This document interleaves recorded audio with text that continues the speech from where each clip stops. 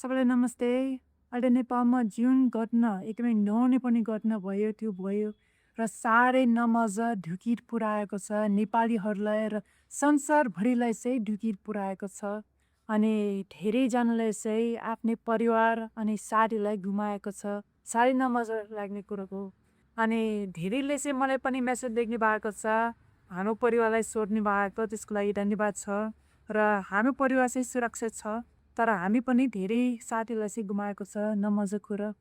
अनि यो गाह्रो परिस्थितिमा चाहिँ मेरो अझै अनुरोध के छ भने अझै उद्यम सँगै हौँ, एक हौँ र सरकारलाई चाहिँ कसरी हामी सँगै उभिएर चाहिँ कान्छो परेकोहरूलाई सहायता पुर्याउँ।